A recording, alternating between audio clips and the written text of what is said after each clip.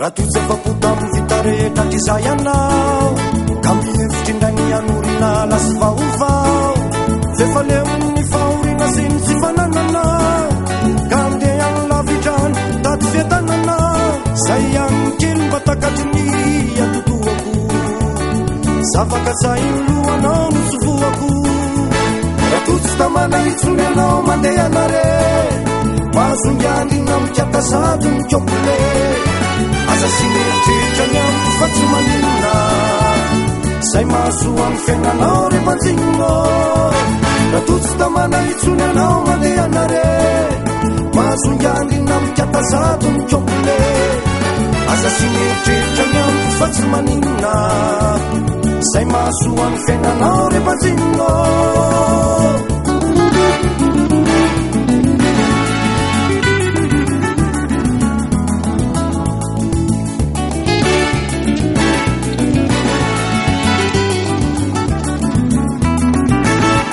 olona maivana sady tsy ampiandrambany fisainako miahirereza mila tsosaka mangiafany atsikaro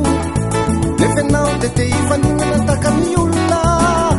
tsisy tsinravako aleo ay olona tsisy nateraka hanananako natao iangona ngitiny fa reo sasany manatakatra zay efa tsy fitiny akohatry ako asa mirery ny fiainako fa tsy misy ny bokeritaona raha leilaiko samy mandita mikavesa mitsinja miasany milololanitra tsy maintsy lenanao narany akohatry ako asa mirery ny fiainako fa tsy misy ny bokeritaona raha leilaiko samy mandita mikavesa mitsinja miasany milololanitra tsy maintsy lenanao narany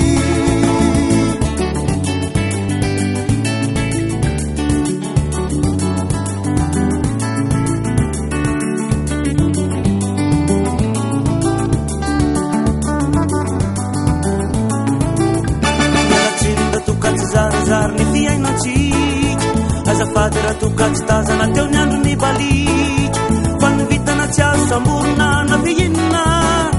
andriamanitra mba nanome fizao tsy nambinina sovady maherezaky mazo ary masto